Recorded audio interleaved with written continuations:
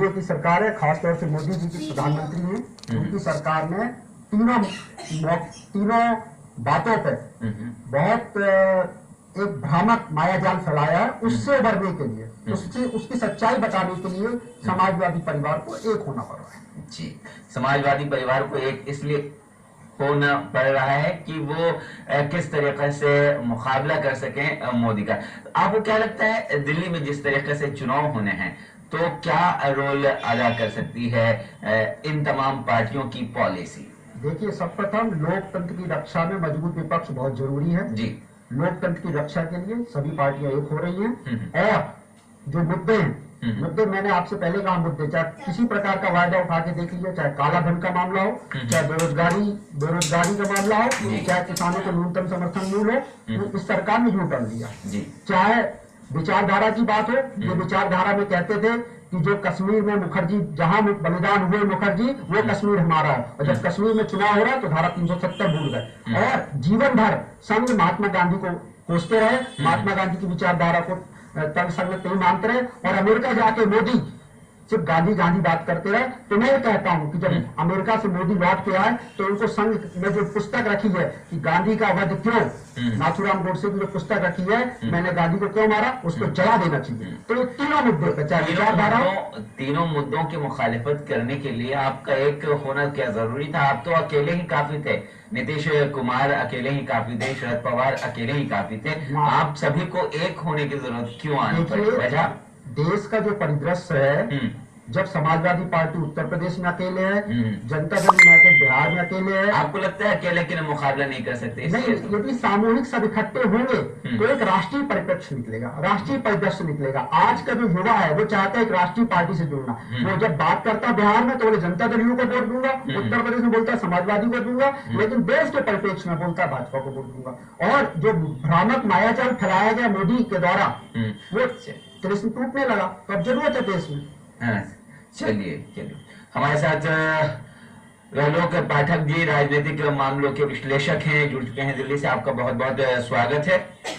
जानने की कोशिश करेंगे कि जो तमाम 6 पार्टियां एक हो रही हैं, पुराने घर की हैं, सब एक साथ रह चुके हैं, तमाम पार्टी के दिग्गज जो एक होने की कवायद में जुड़ चुके हैं, इसका दिल्ली में क्या परिणाम देखने को मिलेगा?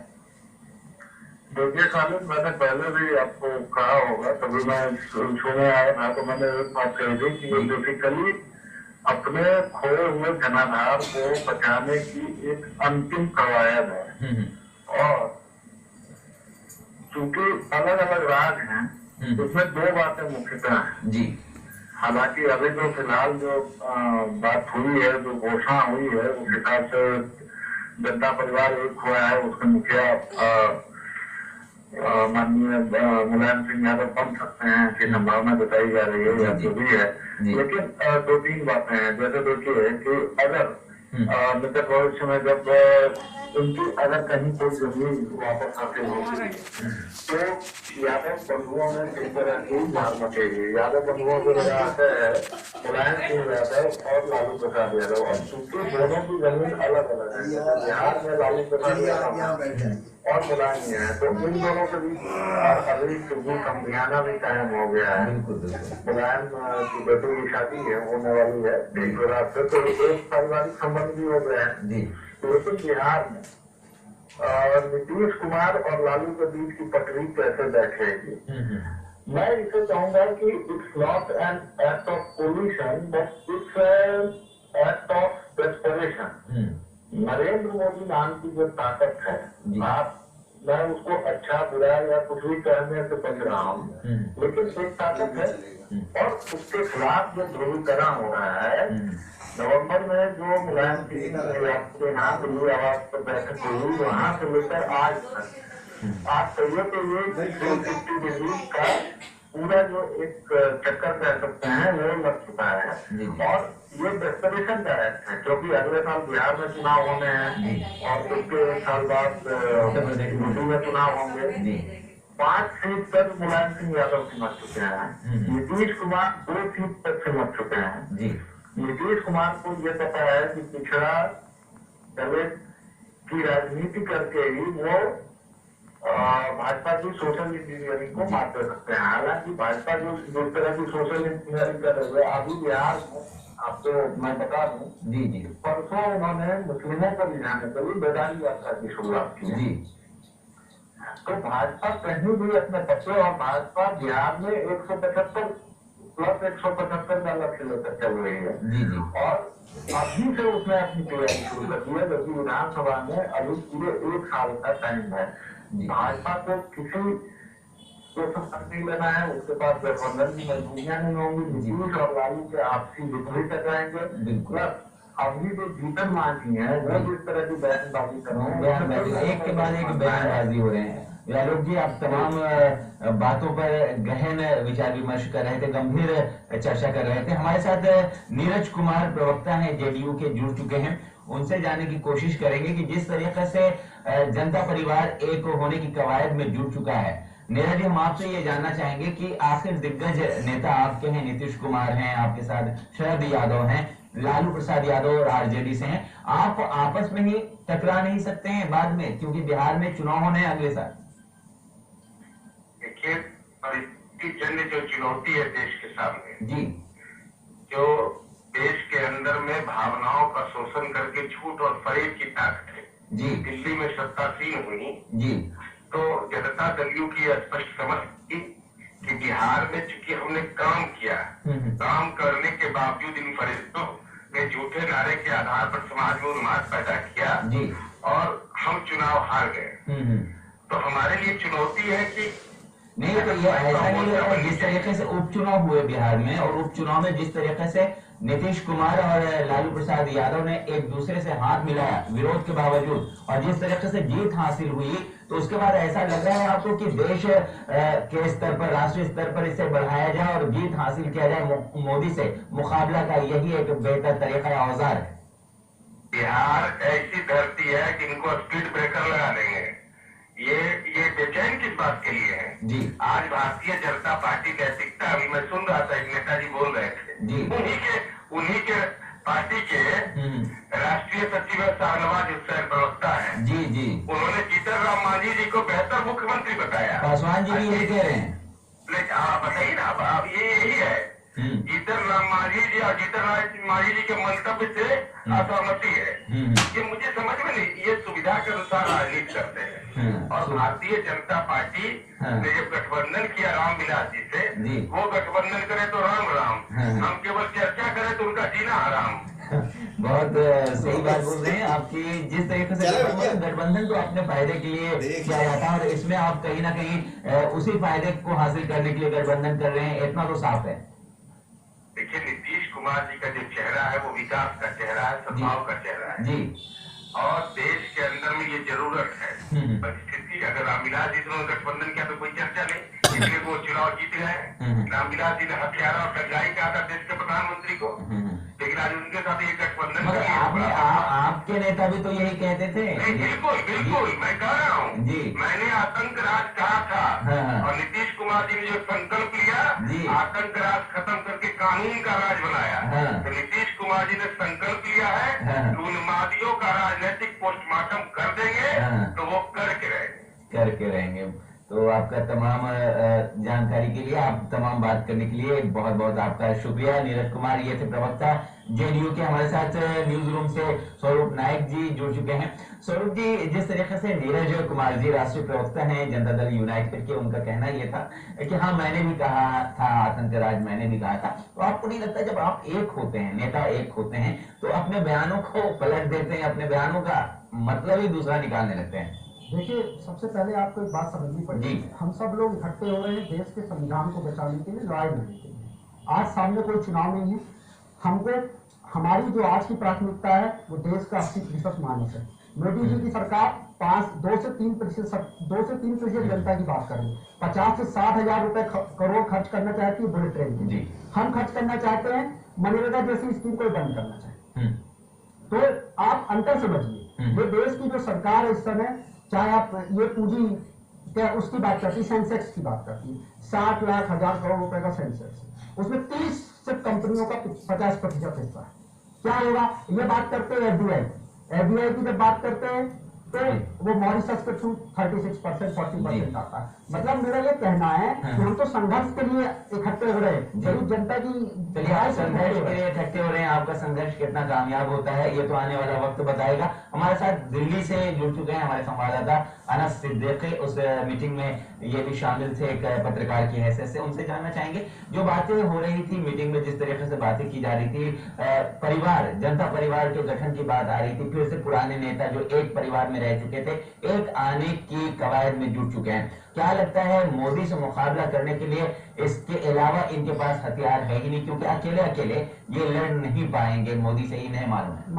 न्यूक्लियर फैमिली का चरण खत्म हो गया, कंबाइंड फैमिली फिर शुरू हो रही है। जी अनस सिद्दीकी साहब, क्या आप, हाँ, जिस तरीके से परिवार एक हो रहा है, पुराना परिवार एक हो रहा है, तो क्या लगता है मोदी से मुकाबला करने के लिए ये उनके पास सटीक हथियार बन सकता है? ये आज यही था तमाम जो मोदी के बढ़ते हुए कदम को रोकना और मोदी के जो बयान करी थी उनके जनता के मामलों को करना करने की वजह से ये लोग जो है तमाम इकट्ठे हो रहे हैं ताकि भाजपा को किसी लिए रोका जा सके और उनके लिए जो है इधर पार्टियों ने बैठ कर किया है और इनका जो है अब कोर्ट भी शुरू करने जा रहे हैं और 22 दिसंबर को धरना देंगे सब लोग यह सही तो सही रूप से, लेकिन अभी किसी मोर्चे का नाम इन्होंने नहीं दिया है, लेकिन 5 पार्टियों के लोग इसमें शामिल हैं। जी, तो ऐसे में क्या लगता है आगे क्या हो सकता है इनके एक होने से? दिल्ली के जो स्वरूप है, जो दिल्ली में राज्य में इलेक्शन होने हैं, क्या वहां पर स्थितियां कायम हो सकती है, क्योंकि सभी दिग्गज हैं इसमें? दिल्ली में जैसे ये जो अभी किया गया है ये सिर्फ दिल्ली के चुनावों को देखते, क्योंकि दिल्ली जो है वो भारत का मिनी रूप कहलाता है, इसलिए दिल्ली के चुनावों को मद्देनजर रखते हुए जनता के बीच में पैगाम देना चाहते हैं ताकि जो कोई भी तथ्य है वो किसी वापस आ जाए और भाजपा को जो है रोका जा सके। जी, भाजपा को रोका जा सके, कोशिश यही है और इसी के लिए एक गठबंधन यानी परिवार का गठन हो रहा है। एक ऐसे परिवार का जो जनता परिवार हो, जिसके नेता एक मुकाबला कर सके, धमक जिस तरीके से प्रचार किया जा रहा है, ऐसा कहना है इनका मोदी द्वारा, उसे रोका जा सके। अनस जी, आपका बहुत बहुत धन्यवाद, आपने जो ये बातें न्यूज वर्ल्ड के दर्शकों के सामने रखी। हमारे साथ पटना से राजनीतिक संपादक हैं दैनिक भास्कर के अरुण कुमार पांडे जी, आपका बहुत बहुत स्वागत है। जो स्थितियां कायम हो रही है, जो स्थितियां बन रही है जनता परिवार एक होने के लिए, क्या लगता है बिहार की राजनीति में, यूपी की राजनीति में, साथ ही साथ एचडी देवगौड़ा भी इसमें है, उनके राज्य में किस तरीके से ये असरअंदाज कर सकती है कर्नाटक में? शायद संपर्क टूट चुका है। तो अरुण कुमार पांडे राजनीतिक संपादक दैनिक भास्कर के थे, उनसे सवाल किया जा रहा था। स्वरूप जी, जिस तरीके से आप एक हो रहे हैं, बातें निकल कर सामने आ रही है कि आप मुकाबला कर सकते हैं, तो क्या लगता है, क्योंकि अभी जो हालात है, स्थितियां जो हैं बहुत ज्यादा अच्छी नहीं है तमाम पार्टियों की लोकसभा के रिजल्ट को देखते हुए? देखिए, आपको कुछ बातें पुरानी देखनी पड़ेगी जी। आज देश के प्रधानमंत्री माननीय नरेंद्र मोदी जी, उनके नाम कोई संघर्ष नहीं है। देश में जब कांग्रेस यूपीए सरकार थी, उनके खिलाफ जितने भी आंदोलन हुए वो दूसरे लोगों ने चलाए। वो नरेंद्र मोदी जी की अगुवाई में हुए, भाजपा भी इतनी शक्तिशाली नहीं थी। शरद यादव जी के नेतृत्व में हुई लड़ाई, चाहे 2 बार देश का बंद हो। तो मेरा ये कहना है कि ये जो लोग हैं ये पूरे संघर्ष के लोग, ये संघर्ष पे ही पलटे, ये सड़क पे लोग।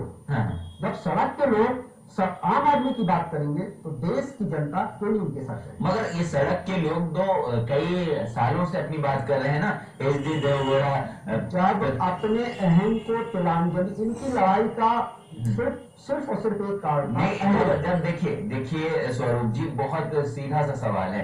जब आप राज्य में शासन कर रहे थे, नीतीश कुमार सरकार में थे और अभी भी आपके मांझी जी वहां मुख्यमंत्री हैं बिहार में, उस वक्त जब के हालात आपकी पतली हो चुकी है, बहुत स्थिति दयनीय है, अगर लोकसभा चुनाव परिणाम को देखें तो ऐसा लगता ही है कि अब एक हो जाना चाहिए, क्योंकि अगर एक नहीं होंगे आप तो मजबूती के साथ अपनी बात को नहीं रखेंगे, अगर एक होंगे तो ही आप मोदी का मुकाबला कर सकते हैं। ऐसा लग रहा है आपको? बिल्कुल लग रहा है।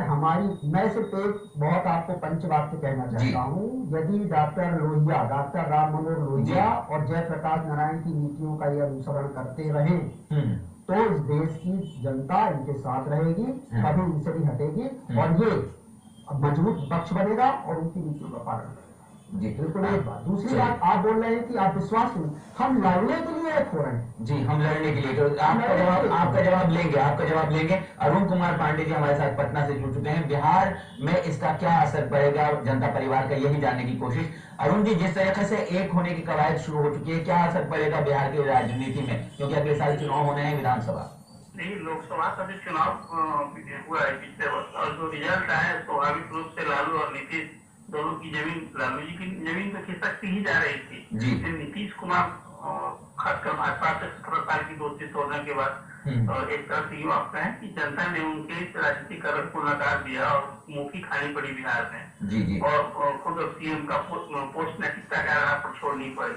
तो ये लोग जो अपनी जमीन लोगों ने खो दी है, तो कोई जमीन की वापसी के लिए लालू और नीतीश, तो 20 साल की दोस्ती दुश्मनी, राजनीतिक दुश्मनी हो गई थी, 20 साल के वाली दोस्ती हुई है।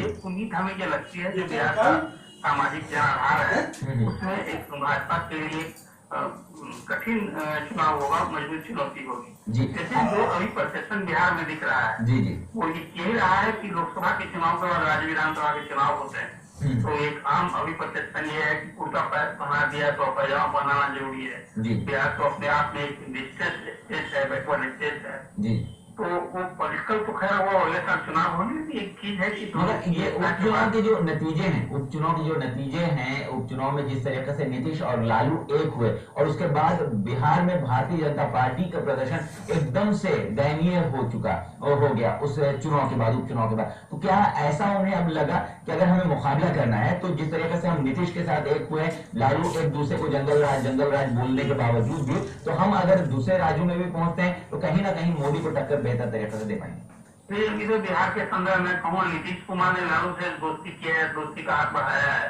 तो बिहार में अपनी राष्ट्रीय जमीन उन्हें बचानी है। लोकसभा में तो वो आ चुके हैं, और अभी हम उनकी सत्ता है असेंबली में, अभी राजद और कांग्रेस के समर्थन के, भारत के समर्थन के मुद्दे की सरकार चल रही है। लेकिन जो स्थिति अभी नीतीश कुमार के सामने चुनौती है यहाँ सत्ता बचाने की, और खुद वो कैंडिडेट होंगे, चीफ मिनिस्टर कैंडिडेट होंगे, लेकिन मुझे नहीं लगता है कि लालू जी की दोस्ती के बाद भी अब ये असेंबली में जो 117 सीटें हैं जदयू की रह पाएंगी। इसका एक लाभ लालू के साथ तो जरूर होगा कि अभी मुद्दा असेंबली में 22 सीटें। जब एक बार हमने बात की थी नेताओं से, तो उनका कहना था कि नीतीश और लालू दोनों महत्वाकांक्षी नेता हैं और दोनों एक साथ नहीं रह सकते। ये तो चलिए कम सीटों पर उपचुनाव हुए थे इसलिए एक हो सके, और चार और 2 पर बंटवारा कर लिया, 4 जेडीयू, 4 आरजेडी और 2 कांग्रेस पर। मगर जब ये सीटें जब बिहार में पूरे विधानसभा के लिए जब बांटी जाएंगी तो एक दूसरे को लेकर छीटाकशी होगी, और मुख्यमंत्री को लेकर भी, उम्मीदवार को लेकर भी छीटाकशी होगी। देखिए, उसमें थोड़ा सा फर्क है। देखिए, दोनों में राजनीतिक महत्वाकांक्षा में लालू जी को पूर्ति नहीं पानी है। वो चुनाव लड़ने से वंचित है, आपको याद होगा जो सुप्रीम कोर्ट से वो कन्विक्टेड है, तो वो खुद कुर्सी के रेस से तो बाहर है उनका। तो अरुण कुमार पांडे पटना से थे, राजनीतिक संपादक दैनिक भास्कर के। आपका बहुत बहुत धन्यवाद। तो स्वरूप नायक जी, जिस तरीके से आप सुन रहे थे कि उनका क्या कहना रहा इस पूरे मामले को लेकर, नीतीश कुमार और लालू प्रसाद यादव को लेकर, तो ऐसे में जनता परिवार कहां तक सफल हो पाएगा? अब इसमें ना कोई ना किंतु ना परंतु, ये बात तय है, गलतियां हुई लोगों से। जब अपने अहम को एक दरकिनार करके सब एक हो रहे हैं, अच्छे मानस से एक हो रहे हैं, देश की भलाई के लिए एक हो रहे हैं, तो फिर क्यों नहीं अच्छे परिणाम आएंगे, सकारात्मक परिणाम आएंगे। सब सुलझे हुए लोग हैं, लड़ाई लड़ चुके हैं, उनको स्थिति समझ में आ गई कि हमको क्या करना है। आज की वर्तमान परिस्थितियां, देश के सामने जो चुनौतियां हैं, उसके लिए बहुत जरूरी है कि सब एक हों, और जो भ्रम का माया जाल है, जो भावनात्मक बिल्कुल उद्वेलित हो रही है भावनाएं, जो ध्रुवीकरण हो रहा है। एक बार बात जब हो रही थी भारतीय जनता पार्टी के एक दिग्गज नेता से, तो उनका कहना था कि ये तमाम जो नेता हैं वो गैर जमाने के नेता हैं, अब इनका कोई अस्तित्व बचा नहीं, अपने अस्तित्व को बचाने के लिए ये सब ऐसा कर रहे हैं। एक तो भारतीय जनता पार्टी के दिग्गज नेता का कहना था। तो आपको ऐसा लगता है कि गैर जमाने के नेता हो गए हैं नीतीश कुमार, लालू प्रसाद यादव? देखिए साहब, पिछले चुनाव में लोकतंत्र की डकैती हुई है। लोकतंत्र की डकैती ऐसे हुई कि एक माहौल बना दिया गया देश में, किसी भी देश में मोदी जी ही सब बातों का हल निकाल सकते हैं। ठीक, उन्होंने जो वायदे किए आज 6 महीने लगभग पूरे हो गए जी। अब हम एनालिसिस कर सकते हैं, युद्ध के पाव पालने में देख सकते हैं। उन्होंने क्या काला धन वापस लाएंगे हर आदमी को 10 से 15 और 100 दिन में लाएंगे, ऐसे ही 17 फरवरी 2014 को राजनाथ सिंह ने ये बयान दिया था। मैं ये 6 महीने की बात कर रहा हूँ, पहली बात। दूसरी बात, उन्होंने कहा बेरोजगार को रोजगार देंगे। इस प्रकार की आर्थिक नौ उदारवाद नीतियां ला रहे हैं, उससे रोजगार नहीं बढ़ने और घोषणा कर दी कि 1 साल तक कोई भी रोजगार नहीं देंगे। तीसरी बात, उन्होंने कहा किसानों का जो समर्थन मूल्य होगा वो लगभग 1.5 गुना होगा, जो इसकी लागत है उसका 1.5 गुना होगा। मध्य प्रदेश में आज जितना भी धान का उत्पादक किसान है वो आंसू बहा के होगा। ऐसा नहीं लगता सौरभ जी आपको कि जिस तरीके से विपक्ष कमजोर हो रहा है, कांग्रेस पार्टी कमजोर हो रही है, तो चलिए जनता पार्टी को एक मुख्य विपक्ष की भूमिका निभा सके, ऐसे में एक होना काफी है। हम तो मतलब भाजपा के प्रादुर्भाव के पहले हम मजबूत विपक्ष नहीं, आपको लग रहा है कि कांग्रेस पार्टी अब मुख्य विपक्ष की भूमिका नहीं निभा पाएगी जिस तरीके से कमजोर हो रही है। कांग्रेस संघर्ष नहीं कर सकती जी, कांग्रेस में संघर्ष की पिछड़ा है। चलिए अरुण कुमार पांडे जी जुड़ चुके हैं, एक बार फिर से हम उनसे जानना चाहेंगे कि कांग्रेस जो भूमिका निभा रही थी विपक्ष में अब तक कमजोर हो गई, 44 सीटों पर सिमट गई है, ऐसे में जनता परिवार कहीं ना कहीं महत्वपूर्ण भूमिका निभा सकती है विपक्ष की। अरुण जी, आप हमारी आवाज सुन रहे हैं? रहा था कि अभी मौजूदा लोकसभा में जी कांग्रेस तो बड़ी दल है लेकिन भूमिका सचमुच और ये नहीं निभा पा रही है। और देखिए एक अहम सवाल ये भी उठ रहा है कि कांग्रेस पार्टी की ओर से इतने ताकतवर तरीके से विरोध नहीं किया जा रहा है जितने तरीके से एक मजबूत विपक्ष निभाता है। तो क्या जनता परिवार अगर एक हो जाए तो मजबूत विपक्ष की भूमिका निभाने में कामयाब हो पाएगा? तो है कि सभी जो सोशलिस्ट बैकग्राउंड के लोग हैं जी, और इस जो अभी समाजवादियों का जो ये पूर्वाभास होगा तो स्वाभाविक रूप से राज्यसभा और लोकसभा में इनका एक जोरदार आवाज होगी और एक कई मुद्दे पर एक साथ तो लालू मुलायम शरद ये लोग तो दिखते ही रहे हैं, इसीलिए स्वाभाविक रूप से एक अभी तक तो राजद कांग्रेस के साथ दिख रहा था। लेकिन जब अलग एक भूमिका में राजद होगा, वो हालांकि अब लालू जी वहाँ नहीं है, 4 सीटें इनकी है, वहाँ 4 दूसरे लोग हैं, तो ये एक मजबूत विपक्ष की तीसरा मोर्चा के रूप में निश्चित रूप से उभरेगा। निश्चित रूप से उभरेगा। आपका बहुत बहुत शुक्रिया अरुण कुमार पांडे जी। आप पटना से राजनीतिक संपादक दैनिक भास्कर से जुड़े थे और आप तमाम न्यूज वर्ल्ड के दर्शकों को बता रहे थे कि क्या परिस्थितियां हो सकती हैं। सौरभ जी, जिस तरीके से मजबूत भूमिका की बात आ रही उठ रही है, तो चलिए अभी जो शुरुआत होगी, अगर आप एक होते हैं तो विपक्ष को लेकर कि किस तरीके से आप अपने रोल को अदा करेंगे, क्योंकि सीटें ज्यादा नहीं है, ना तो नीतीश कुमार के पास सीटें हैं लोकसभा में ज्यादा और ना ही लालू प्रसाद यादव और समाजवादी पार्टी 5 सीटों पर सिमट चुकी है। तो किस तरीके से मजबूत भूमिका की रोल को आप अदा करेंगे अगर आप एक हो जाते हैं तमाम दिग्गज? देखिए, पहला प्रश्न एक होने का, हम लोग स्वाभाविक लोग मतलब स्वाभाविक पार्टनर थे, सब एक साथ से अलग हो गए कारणों से जी, वो सब अलग हो रहा है, सब अलग उनके सबके अहम अलग होंगे तो एक दिख रहे हैं। दूसरी बात, मुद्दे महत्वपूर्ण, जैसे हमारे राष्ट्रीय अध्यक्ष शरद यादव जी ने कहा, हम खंड खंड हो गए तो पाखंड बिल्ली जा रहे। मुद्दे किसान की जब हम बात करेंगे, गरीब की बात करेंगे, अकलियत की बात करेंगे, ये सब एक दरकिनार कर दिए गए। इस देश में 2 से 5% लोगों की ही बात हो रही जी। और नीतियों की बात, जैसे आपने कहा नीतियां, मोदी जी जितना ज्यादा यू टर्न ले रहे हैं और कोई लेगा। मोदी जी जब मुख्यमंत्री थे वो कहते थे कि पार्लियामेंट को बाईपास नहीं करना चाहिए, और जब रेल का किराया बढ़ाया गया और भाड़ा बढ़ाया गया तो पार्लियामेंट को बाईपास कर दिया। तो मेरा कहना, अपने मुद्दे से मुकर गए, अपने विचारों मुद्दों पर घेरेंगे आप, मुद्दे आधारित राजनीति हमारी नीति साथ है। कहीं ना कहीं वो राज्य के नेता जनता परिवार में शामिल नहीं हो रहे हैं, जिनका अपना वर्चस्व है, जिनका अपना अस्तित्व है, चाहे ममता बनर्जी आप देख लें, चाहे जीतू जनता दल नवीन पटनायक को देख लें आप, इन तमाम नेता जो कि राज्य में बीजू जनता दल हमारे साथ थे, वो अलग हो गए, हम एक हो जाएंगे, फिर वो भी एक हो जाएंगे। बहुत बहुत आपका शुक्रिया स्वरूप नायक जी। तो जिस तरीके से जनता परिवार एक होने की कवायद में जुटा है, कई सवाल तो उठ ही रहे हैं कि जनता परिवार एक होने के बाद क्या हासिल कर पाएगा, क्योंकि अगर हम थोड़े से पीछे जाएं और अगर राजीव प्रताप रूडी के बयान को अगर सुनेंगे तो उनका कहना था कि ये चुके हुए नेता हैं, ये चुक चुके हैं, वक्त के साथ गुजर चुके हैं, बावजूद अगर वापस आते हैं तो फिर देखना दिलचस्प होगा कि क्या करिश्मा ये अपना दिखा पाते हैं। क्योंकि ये तमाम जो नेता हैं, चाहे नीतीश कुमार हो, शरद यादव हो, लालू यादव हो, एटी देवगौड़ा हो, दुष्यंत चौटाला हो, या कमल मोरारका हो, या शिवपाल यादव, या मुलायम सिंह यादव हो, तमाम दिग्गज नेता रहे हैं और तमामों का अपना एक अस्तित्व रहा है लोगों से जुड़ने का, लोगों को जोड़ने का। तो देखने वाली बात होगी कि कितना मोदी को चुनाव दे पाता है जनता परिवार। दीजिए इजाजत, नमस्कार।